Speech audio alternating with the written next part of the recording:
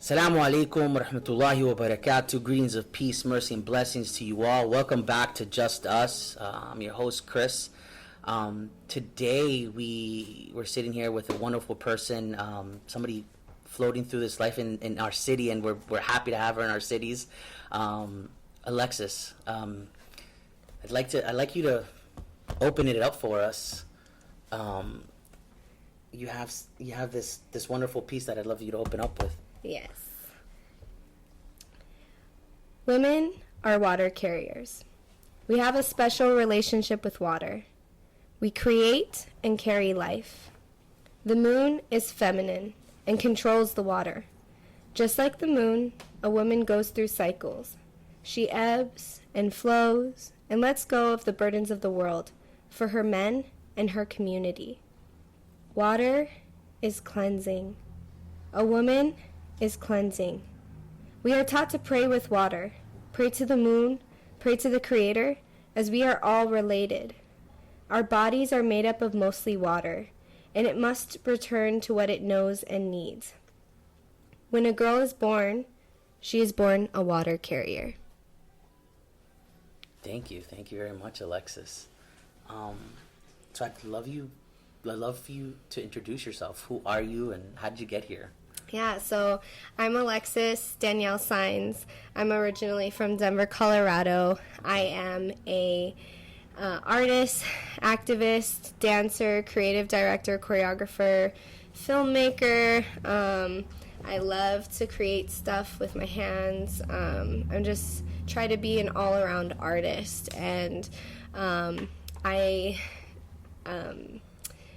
created a film called The Process of Remembering, and I released it about a year ago, and I was showing it around to different people, and someone had mentioned, actually, he's from Minnesota, he's from here, and he's like, would you like to bring it to my art gallery? And it's in Minnesota, and I was like, oh my gosh, yes. And then after we left and I contacted him later, I was like, wait, I could literally take my work on tour. And as like a dancer, you know, we dream of like going on tour with a big artist and this and that, and that's obviously been one of my dreams. But I was like, you know what would be more rewarding than taking your own work on tour? Yeah. And so he kind of planted that seed in my head, and I was like, you know what, I'm going to try to do a little tour, and I know people all across the United States that I could be able to try to connect the dots. And, you know, I was like, and if I'm supposed to be there, the Creator will take me there, you know. Yeah, so absolutely. That's why I'm here. I'm here to present an immersive art gallery for the community. Okay. And, yeah. And so I have to ask, is it any particular form of performance that you were drawn to first, and then it expanded from there, or was it kind of everything all at once? I'm just wondering, was it like from a young age? I keep thinking about my niece. Right. Today, she's a dancer. I think she's always been a dancer deep down in her soul. And she's done all sorts of dance, and now she's on a competitive team, and she's done all styles, and she just loves doing it. And so today was her annual showcase. So it's very front and center with my family today. But I'm just wondering, was that the case with you? Was it like... Yes, yeah. Dance was my first art form. Okay. And I started that as soon as I could walk. My mom owned a dance studio. So I was blessed to be able to do dance, me and my sister. And so I started that really young, and I've done it ever since. But as I got older, I started getting more into acting and singing. When I was 10, I went on tour with Dragon Tales Live, which actually opened here in Minneapolis. Okay. I'm sensing you have some roots here. Yeah, and so, it's just been kind of an incredible journey to, you know, start with one art form and kind of move on from there into different, like, expanding and trying to... I just always have been a part of the art world, you know, and it's been ingrained inside me. Excuse me. It's been ingrained inside me, and I actually went to a performing arts middle school and high school too. Okay. So I went there. My major was dance, but obviously I was immersed in everything, you know, and I just, and then I went to California Institute of the Arts, got my bachelor's of fine arts in dance and choreography. Okay. And I graduated like 4 or 5 years ago, and I've just been pursuing dance as a professional career, while just like creating my own work, which is the process of remembering, other dance for camera films, and, you know, using all platforms that I know that I can access to try new things. I just love trying new things. Like, I might not be the best at them, but I still try them, like painting and stuff. I think that's probably the most admirable quality of human nature, is when we allow ourselves to be vulnerable, to explore those things that we might not necessarily just be talented right off the bat. And when we just do it and we want to do it with love. One of my favorite, you know, sort of approaches is that Renaissance approach, to try a little bit of everything, because I do feel that when you learn, you know, I see myself as a jack of all trades and master of none. Like, I'm into everything. It's just amazing when I tell people, oh yeah, I did that before, and they're just, what do you mean you've done that before? But it's so great, because I do always find that always loops back around to everything else.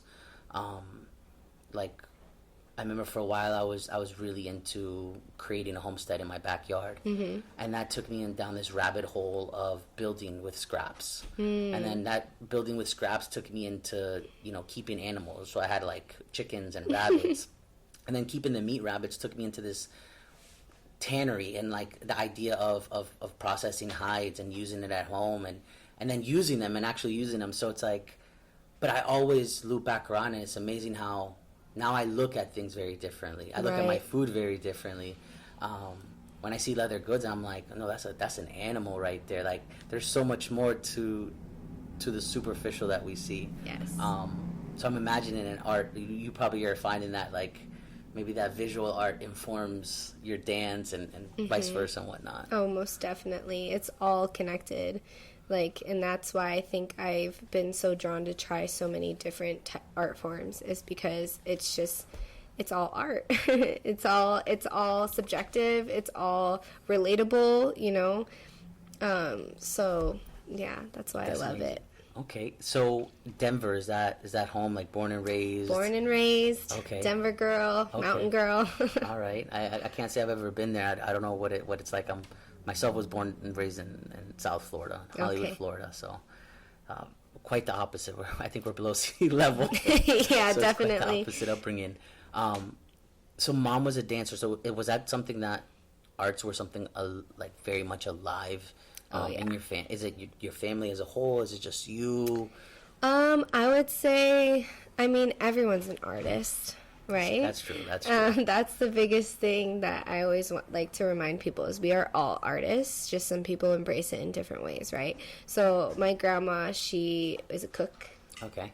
And she has her own cookbook. Oh, there we go. It's Cooking with Charlotte Saenz. Okay.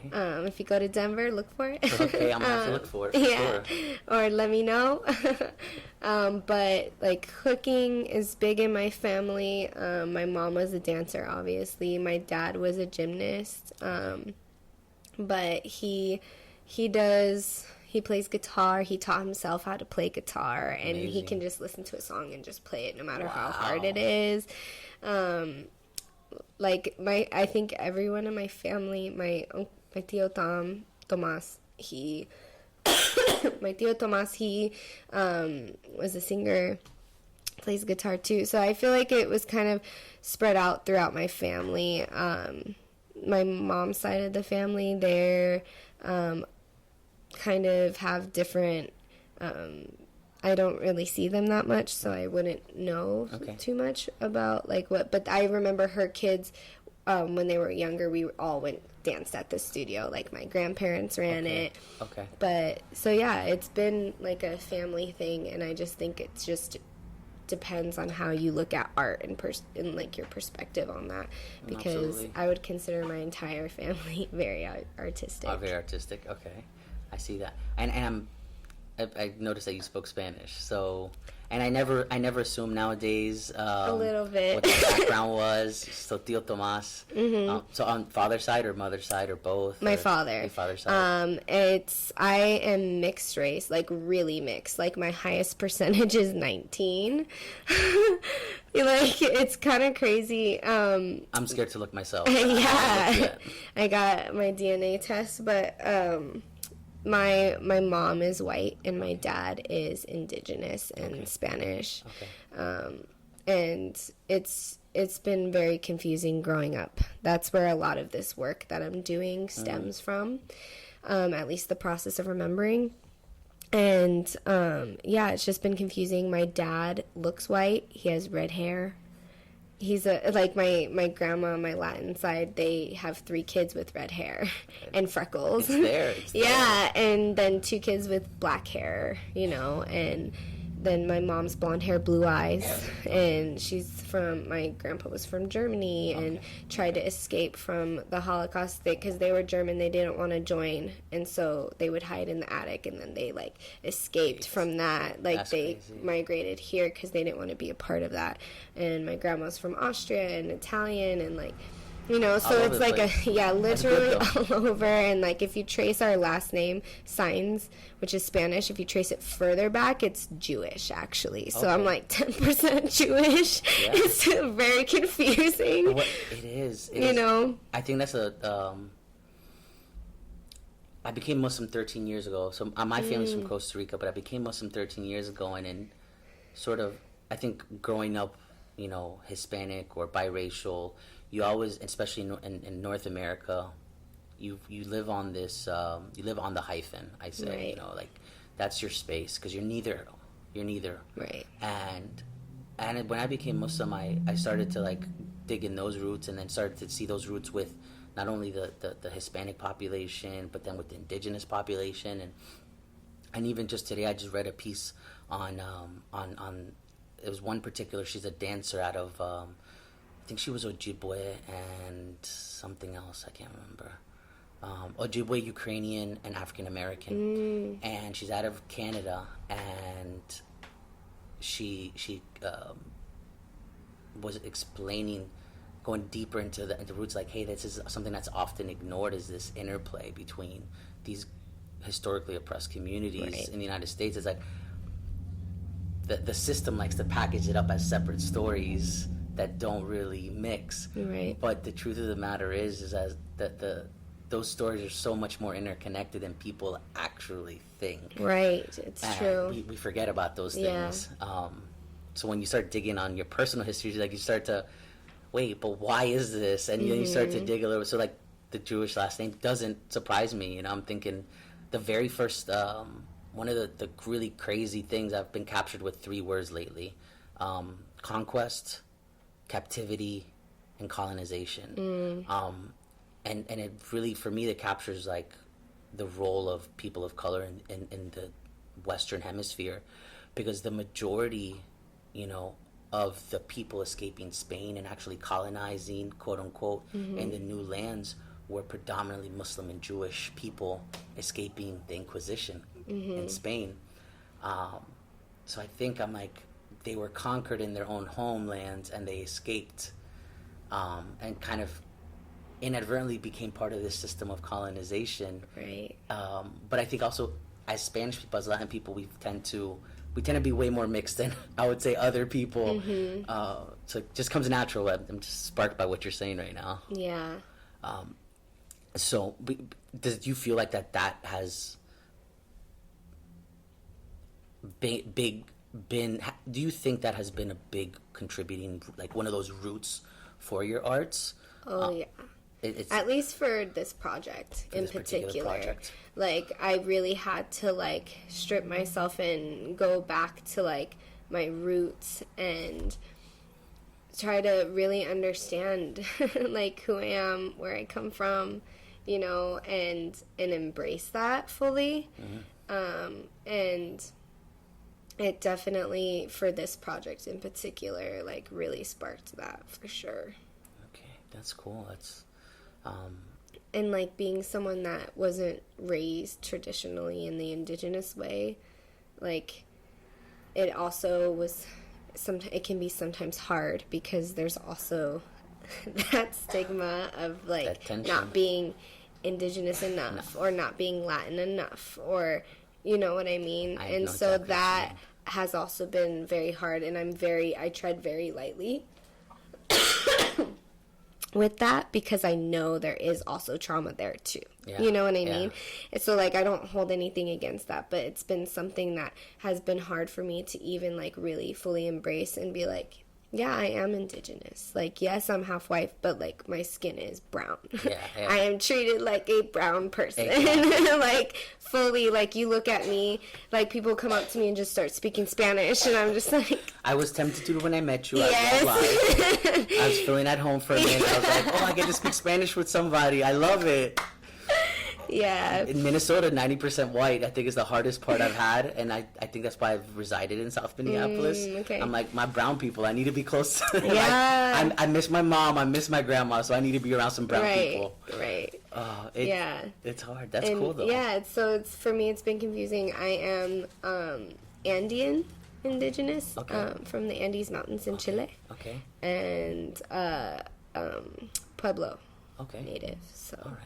Yeah, it's recently found that out, which has been like mind-blowing, especially because I went to Taos, New Mexico on the tour. Okay. And so I got to go to the Pueblos, and I was crying, got to pray with the water, got to meet the people, and it was like, it felt like home. And it's just crazy how this tour has kind of brought me exactly where I'm supposed to be.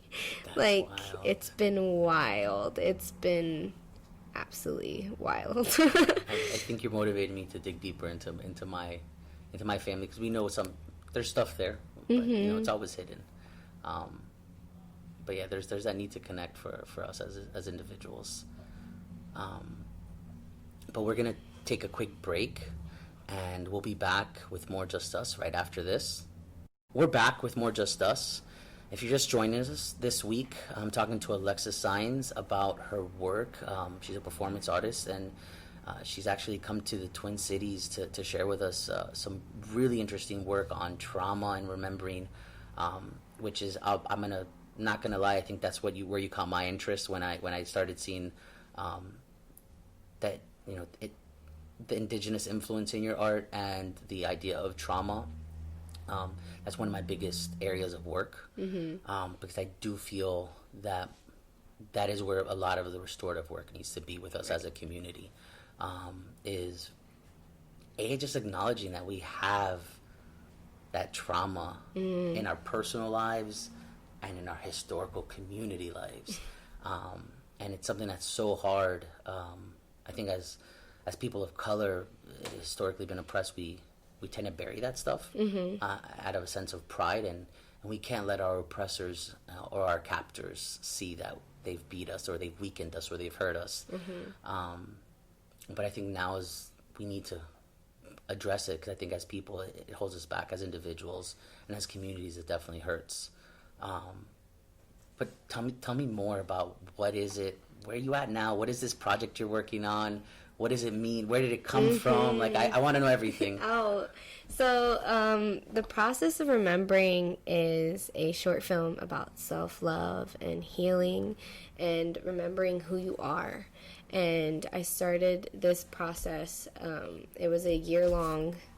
It took us a year to create this film, and I collaborated with 34 different artists to create it. And it's a 13-and-a-half-minute film. And what really sparked me to do this is I was having a lot of different things come up for me, and where I saw it most was in my relationships with other people. And I just saw a lot of trauma coming up and into my life, like past trauma, like things that I wouldn't understand, and it got to a point where I felt like I was not being my best self. And it got to a point, my current boyfriend at the time, I decided that I just needed to end things and, like, be on my own and try to figure out, like, who I am and what I'm doing, because I was not being my best self, and I knew that. And it's hard when you realize that. Yeah, and it was even harder to, like detach from him because of that. And I decided to really just focus on myself, and with that came a lot of pain. If I'm being honest, came a lot of pain, and like really trying to just like get to the root and start to understand. And a lot of things came up for me, and then I started seeing it in the other relationships around me. Okay. And I fell into a hole. That's something I've dealt with depression my whole life, but I didn't know it was depression. And so when I got into that hole this time, I like went to the doctor. They diagnosed me with depression, and they wanted to put me on medication. I was like, nope. But I just was like, at least I know, and I can figure it out, you know. And so one of my friends suggested I try yoga, and it took it was a thought, and then 3 months later I finally went and did it. And when I finally, the case with yeah, right. And I finally went, and the first day there was a self-love song playing. Wow. And I laid on the mat, and I just started bawling, and I was just thanking myself for just taking a step in the right direction, in a healthy direction, and just showing up for myself, you know. And as soon, I don't know, my mind works like a movie. And as soon as I felt that and thought that, flashes of a film came into my head, and there was a few songs that I've had, and I saw it to that, and other ideas came into my head, and I was like, oh my God, I'm gonna do a project about self-love. Okay. And it's going to be my way of healing, because at that time, because it was entering my other relationships, no one wanted to be around me. Yeah, that makes sense. You know, and I kind of had to isolate myself and figure it out, and I was like, since I don't have anyone to help me heal, the only way I know how to is through art. And so that's how I started this process. And luckily, one of my friends was going through a really hard time as well, and we would talk all the time, and he was like, let me help you with this. He also is an artist. He is, his name's Keenan Gibson. Okay. Yeah, plug in. Yeah, on Instagram, he's at Domino Music, and he does his own music, but then he does photography and videography and stuff like that. And we collaborated before on a small video that I did that's up on YouTube, but he was like, let me be your right hand on this. And I was like, are you sure? Because this is going to be a long process. It's going to be a lot. It's going to be deep. Yeah, you know? Bodies are going to just be thrown you around. You're hate me by the end of this. And he was like, no, seriously, let me help you. And I was like, okay. You know? And so that kind of is where I started, with just me and him, and me just went on to collaborating with other people. He introduced me to people. I introduced him to people. It was a huge thing. And but that's kind of where it stemmed from. And so when I was going through that hard time also as well, I'm a part of the International Indigenous Youth Council, which started at Standing Rock. I didn't get to go to Standing Rock, but my brother Tomas Lopez was up there and was one of the founders of the IOIC. And he came back and was like, we need to keep this going, you know. Yeah. And so we kept it going. And for me, I ended up being kind of trying to start the Southern California chapter. Okay. But when they got back from Standing Rock, we ended up actually going to all of the IOIC, because we are everywhere. We have New Mexico, Minnesota. Texas, where else? South Dakota, you know, all these chapters from everywhere. We all met in Denver, and our mentor organization, Sisters of Color, had a program called Mi Vida, Su Vida. And so we all got training in that, because we were going to adopt that program and start to bring it into our communities. And it focuses mostly on historical and intergenerational trauma and how to heal from that, and how to heal from what society has taught us, right? Yeah. And this is where, like, we focus on identity, sexuality, like, everything you can think of, and healing through a mind-body-spirit connection. And when I did this program was when I was in the thick of that. Okay. And that, it really helped me with my healing. And the identity part is what got to me the most. And I was bawling during that time, and, like, my Indigenous sister came up to me, and she was just like, we were talking about identity, and she was like, I'm going to tell you something that a wise Indigenous elder once told me, and that is, before we are born, we know who our Creator is, where we come from, and who we are. And once we're born into this life, we forget all of that. And our entire process of life is remembering who our Creator is, where we come from, and who we are.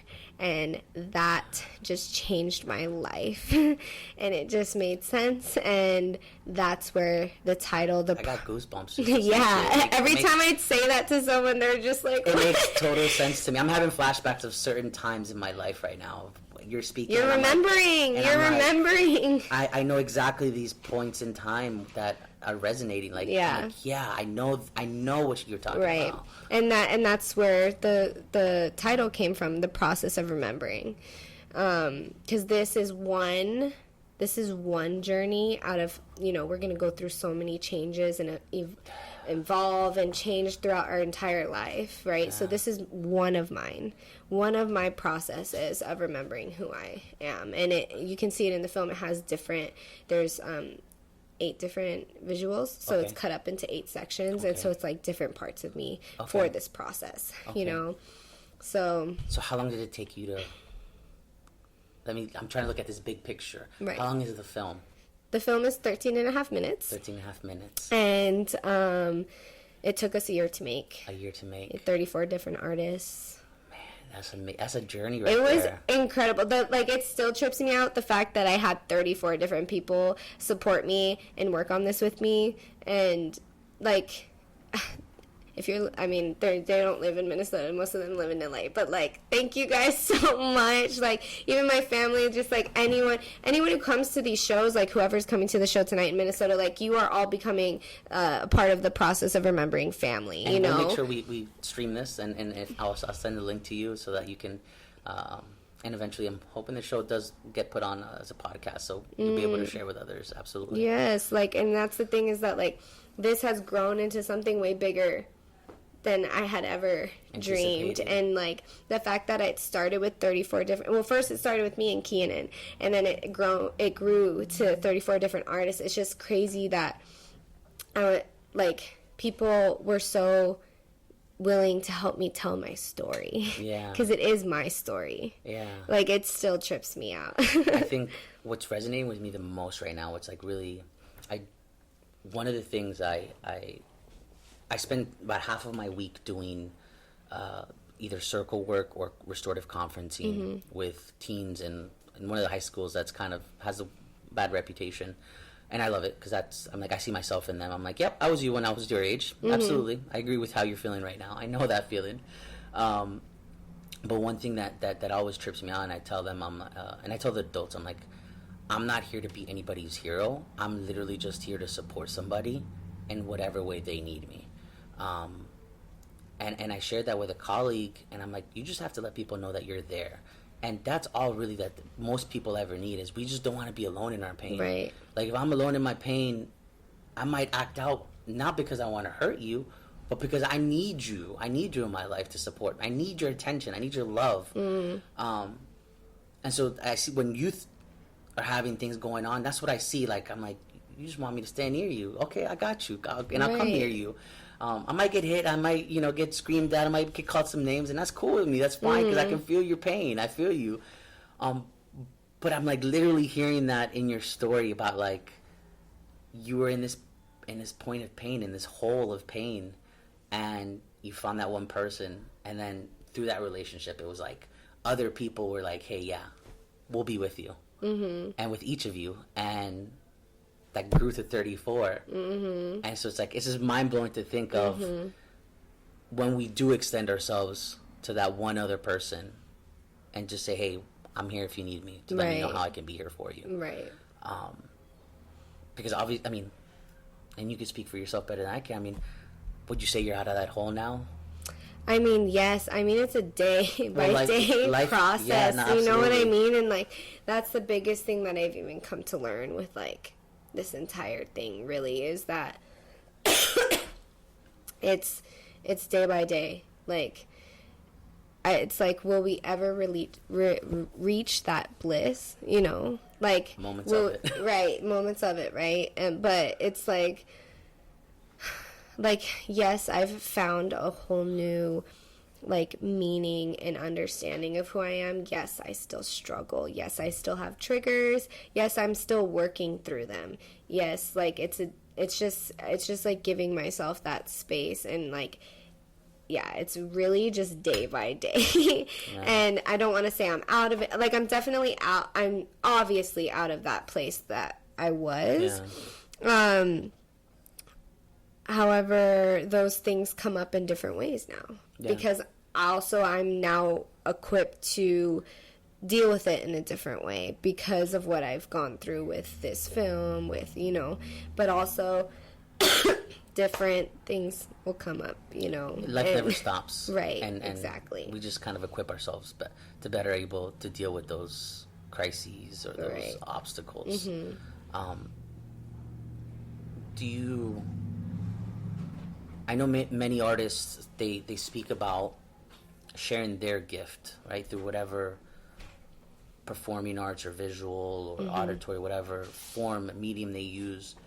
But I've heard it said before, it's like they want to share their gift in a way that so that the audience and the people walk away with a grain of that gift. Right. What is it that you want people to walk away with? Like, well, what is that intention in your heart that you want them to walk away with? I want them to walk away with a better understanding of themselves and what they need to do for themselves and take care of themselves in order to heal and to continue on to their legacy and their purpose, because everyone has a legacy and a purpose. Everybody. That's true. And I firmly believe in that. And I just think, especially when people talk about legacy and purpose, like a lot of times when people feel like they know their purpose, it has to do with like love and community. And like, I just have to help people, usually, almost like every time I've talked to someone about their purpose, it has to relate to that in some way. Yeah. And so I think it's just like remembering that, and I just want to spark something in them to remember. Like, that's the biggest thing I tell myself when I'm hurting or like I'm sad or whatever. I'm just like, remember, remember, remember, remember. You know, I'm just telling, ever since I did this project, I just have to like tell myself, remember who you are. It's interesting that you say that. I'm not only the remembering part, but the even the legacy part. For me, it's always been service and being a servant. Right. How can you help? That's my one thing. Like, I can't see people in need. And in Islam, what I found is there's a teaching of a story of that before we were created and brought into this world, God held us in His hand, and all of mankind that He ever created, and He held us, and He basically just had a conversation about who's your creator, who's your Lord, and we said you are, and we're here to serve, and we're here to do this. And so when I came into Islam, it literally was me finding that completion to, I serve mankind, but I serve my creator through mankind. So it's never about the people. Even if they treat me bad, I'm still going to serve them. Right. It's not about them. It's way bigger than them. You know, and it's hard, but that remember piece, I think, is critical. That's a huge piece, is we do forget. I think even when we realize, you know, there's a saying in Islam that mankind is forgetful. One, you know, in Arabic, one of the root words, or one of the words off of the root word for mankind is forgetful, because mankind is forgetful. So the idea of you remembering and focusing on remembering makes sense. And I want to, I guess, speaking about that remembrance, I really want to, I don't think there's enough attention to this. And I think we focus on individual traumas. So I do a lot of ACEs work and things of that nature. but I think there's a huge missed opportunity because a lot of times we forget, and probably because it's difficult to address the intergenerational and the historical trauma pieces. What is it? Tell me the story on how those elements, because I feel like that was a secret key for me, at least, about your work. Right. Including that. What is it? What brought you to that, or what brought that to you? I don't know what the nature of that relationship was. Right. Like, can you share? Can you elaborate a little bit on that? Yeah. I mean, honestly, I feel like it was brought to me. It was brought to you? Okay. I don't know. I think embracing my indigenous roots the past 5 years and going to Sundance, a ceremony in South Dakota with the Lakota Sioux tribe, has really opened my eyes to, and it made me feel like, I remember the first time I went to Sundance and I got onto Grandpa Crow Dog's Paradise, and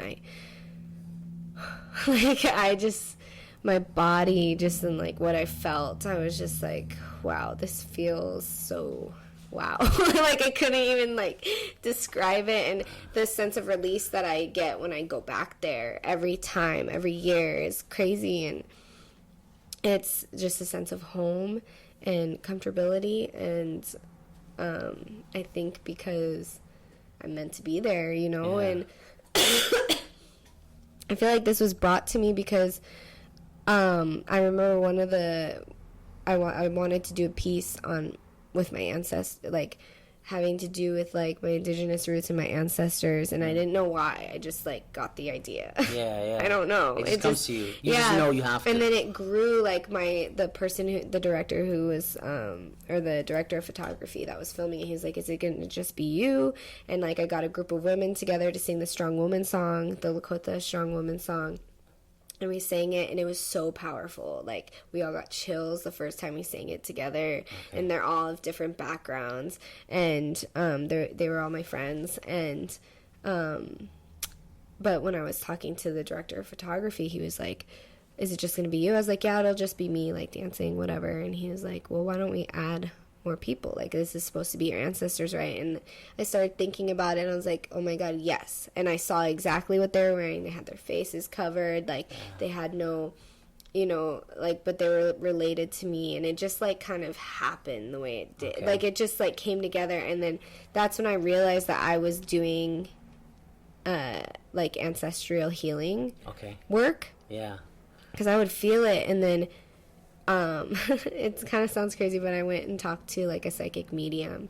And when I did that, she, without even knowing anything, brought up me being an ancestral, like doing ancestral healing work. And I was like, what? What's going on? I was like, I don't know you. Like, this is weird. Who told you? Yeah. And it just like, the more I don't know, it just like continued to happen. Like, I think just, like, throughout my years at Sundance, just, like, learning, like, you light a candle for your ancestors, like, I don't know, just, like, laying food out for them and just praying for them and your future generations. I think just, like, learning all of that just kind of somehow was always, I mean, it was ingrained in me from before I, was even conceived. It's just been in me. And I think once I started to embrace that, it was just like, here you go. Here's these ideas. This is what you're gonna do. This is what's happening, kind of a thing. And I just go with my gut a lot. Like, I go just in my intuition. I'm here, right? I'm with you. Right? That's what brought me to Minnesota 2 years ago. Right. It was like a job, and I'm like, oh, from Florida? We need an answer in 3 days? My gut says, yeah, let's do this. And I'm like, I'm not looking back. So I hear you. Yeah, and it just, like, that's how I knew. Like, and then the more people kept telling me what I was doing, I was like, oh, yeah, I guess I am doing that. Like, without even realizing that I am. And then I fully embrace it. Now I, like, teaching the workshop, Mi Vida Su Vida, that's focused on that. And, like, really trying to do my own healing work still with that, and learning about my past and everything has really just, like, it's been like a journey, That's you cool. know, and it's going to continue even from here. Yeah, I like, think it's never. We never. If we never really fully realize a complete understanding of ourselves, so much less of our ancestors. Right. It's always a learning process. But we're going to take a quick break right now, and we'll be back with more Just Us right after this. We're back with more Just Us. If you're just joining us this week, I'm talking to Alexis Saenz about her wonderful work that brought her here to Minnesota, all the way from Colorado. We've been talking about just your journey into the performing arts, particularly now that the film that you've brought here, not just the film, because you're doing so much more than just the film presentation. I'm trying to remember the exact wording. Immersive art gallery. Art gallery. There you go. Where do you see yourself going from here? Like I'm pretty sure so far it's going to be a great weekend. It's going to be a rocking weekend. But where do you see yourself in the future, and where do you see your art going? Where do you see the field of your art, of your work going? Do you think others will follow in your footsteps, similar to you? I'm just seeing. I guess what do you see down the road? Yeah. For me, I think I'm always just going to continue to create art.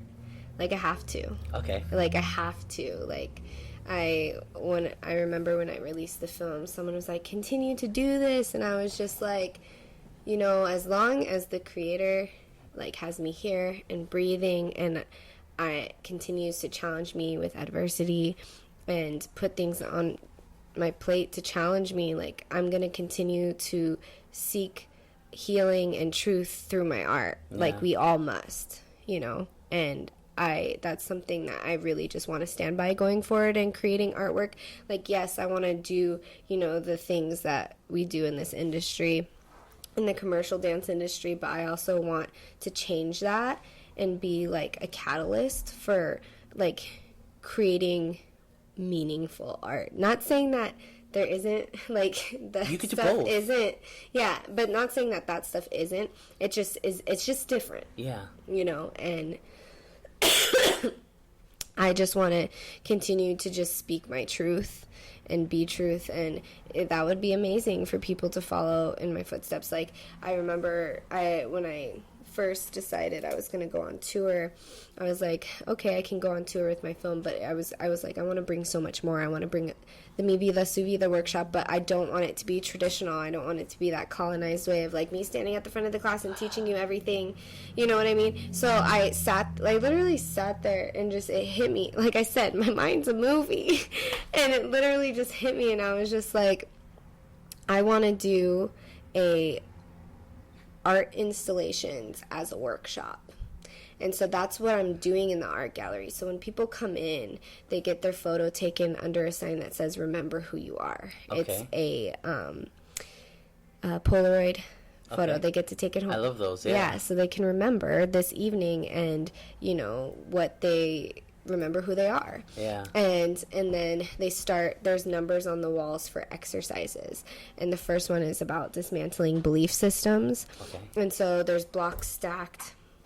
And the directions talk about, like, it's like an art gallery. When you go to an art gallery, you look at a painting, it has an about the artist and about the painting. The painting itself, right? yeah. And so that's how it's kind of set up. So, like, there's the table for dismantling belief system. There's, like, a block. It, like, looks like a tower. Okay. And so it talks about dismantling belief systems, how it's affected us and how it can hinder us, yeah. and it can be harmful. Yeah. And they're also BS, yeah, right? Yeah, belief yeah. systems, Yeah. BS.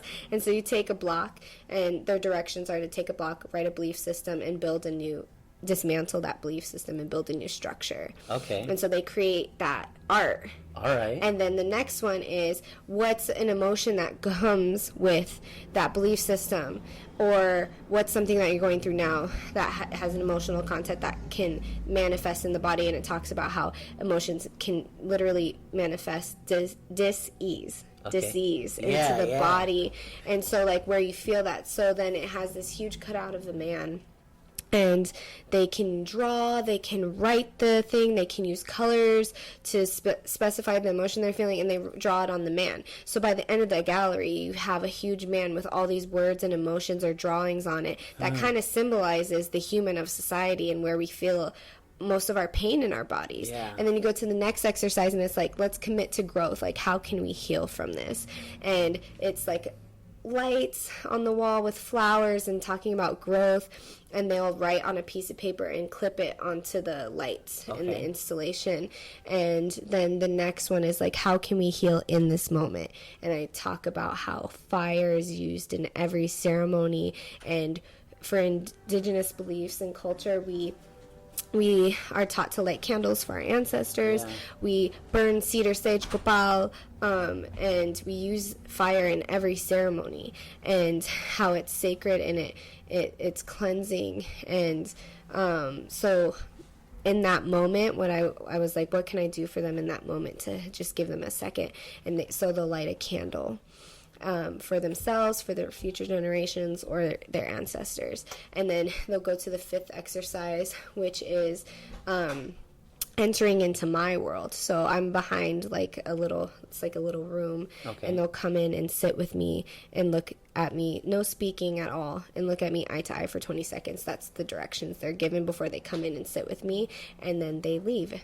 And then they go into the art space. I have pictures, artistic pictures from the film on the walls, and then I'll do live performances, and then we'll watch the film, and then I'll do a question and answer about the workshop and about the film after. So that's kind of like what I'm doing. And that, just to answer your question about like what, that's, I wanted to just do something different. And everyone that I've talked to, at least back home in Los Angeles, where we were in this commercial dance industry, like, everyone's like, I've never heard people going on tour with like an immersive art gallery workshop, art installation, film, performance, I was like, I just everyone tells me my whole life, you're different, and not necessarily in a good way. Yeah, they never say and like, I just like, what? I am different. I want to be different. Yeah. Like, I'm going to do something different. Yeah, absolutely. And so that would be cool. I mean, that's cool. Like, if people decide they want to just do their own thing, it's a hard work to plan a tour by yourself. Yeah. And luckily, I've had a little bit of help on the way, and now I actually have a manager, and she's incredible. Her name's Jacqueline, and I'm just so thankful to have her. She's like my sister, but just had to shout out to her. You have She's been helping me. You gotta show love. That's how we got connected. But yeah, it's been just, it's a lot. I can imagine. But it's been so rewarding. Every time I go to these cities and I meet new people and So how many cities so far? It's only been 3. Okay. How many more planned? It's kind of up in the air. It's been like on and off, yeah. Okay, but I'm hoping for like 3 to 4. Okay. So it's just a matter of, everything's up in the air right now because my schedule is changing, and I might be doing some really awesome things coming up. All right. In different countries. So the tour after this city is going to be put on a brief pause. Okay. But I am going to finish it. I'm going to, the cities talked about or San Francisco, Chicago, and Los Angeles. Potentially Seattle and Michigan. I would love to go to New York. Awesome. I would love to go to Florida. Like, I would love to do more cities. Anywhere, yeah. Texas, it's just been hard to like find places that like are willing to help put in the effort to like bring what I'm doing there to their community. Makes sense. That's what cool. I'm doing. Cool. And I've been like, basically every city, the ticket sales go to getting me to the next city. So it's been very brave and bold, I've been told. Because at first, my first interview, someone was like, wow, you're doing that? And I was like, yeah, why? And she was just like, good luck on that. And I was like, dang. You gotta have faith. And it is hard. Yeah, it's hard for sure. But I have like a GoFundMe to help, raise funds to get me places. And Okay. I made a website, Okay, cool. which has it on there and has like the cities and it has an amazing art gallery Okay. on it. Some of the stuff which people will see tonight. Okay. And about the film, about me, and that's at theprocessofremembering.com. Processofmemory.com. Yeah, and so it's been really cool to just really create something fully from scratch, and see it flourish and see how it's impacting people. Like, that's the reason, like, I'm doing it to help people, and also it's just cool to, like, see your work, like, being brought to platforms, like, even, like, being interviewed about it and stuff. Yeah. It's really incredible. I'm just so thankful for everything, and Cool. it's been really I think awesome. I know, like, one of the purposes of like this show is to take a moment to acknowledge people doing great stuff. Like, what you're doing is phenomenal. Thank you. I mean, as a restorative practitioner, we look at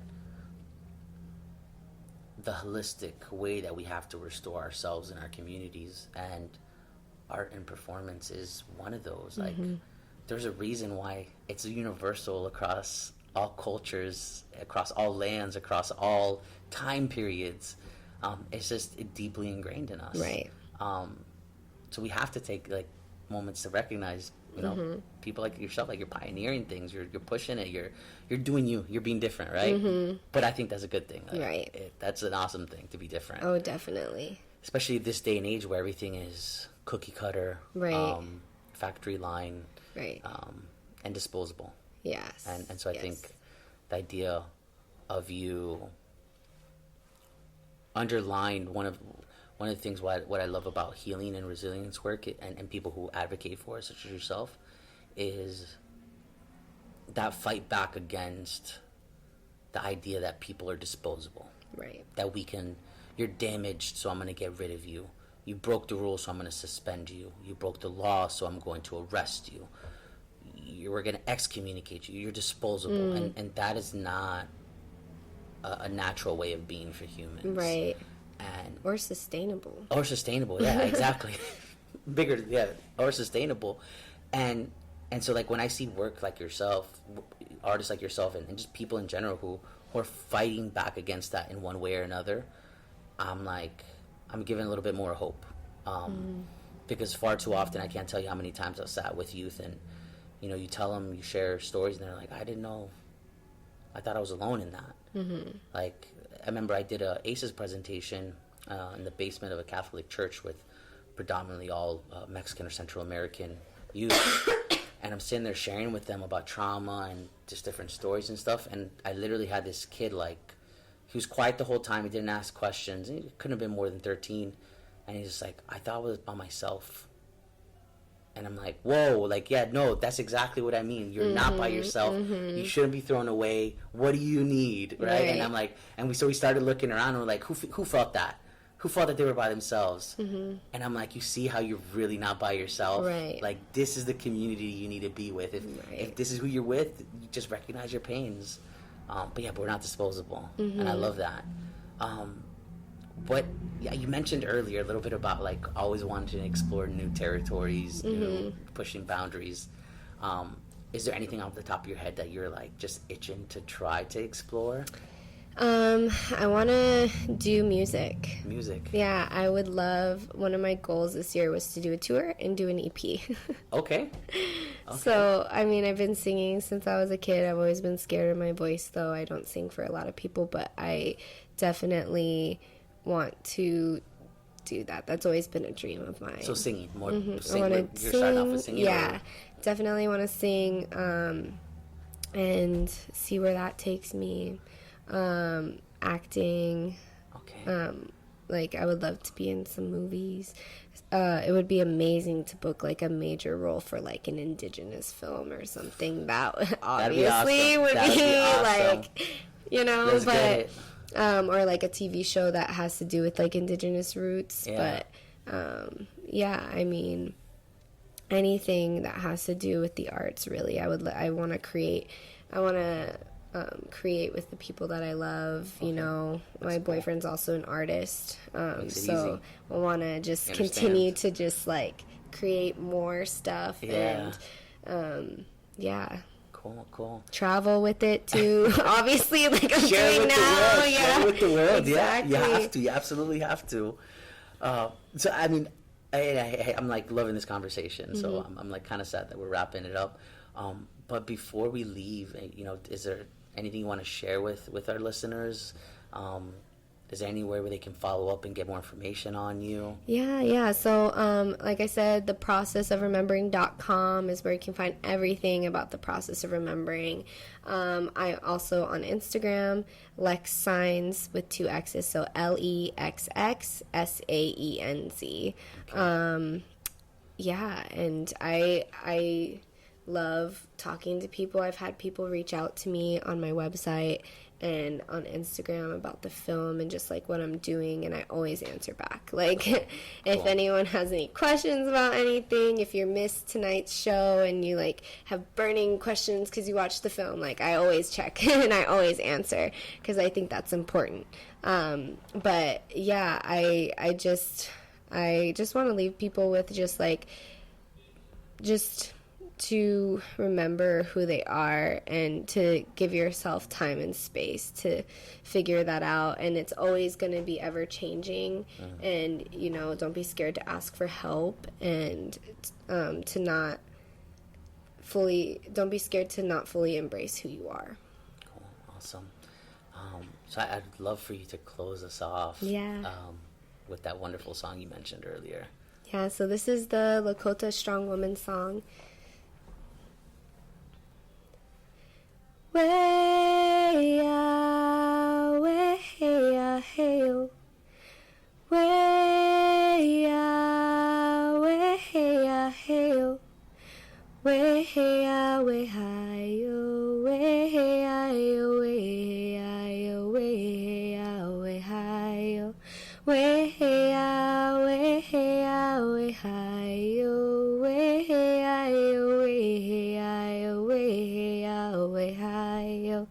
Way-ya, way-ya, hey-yo. Way-ya, way-ya, hey-yo. Way-ya, way-hi-yo. Way-ya-yo, way-ya-yo, way-ya, way-hi-yo.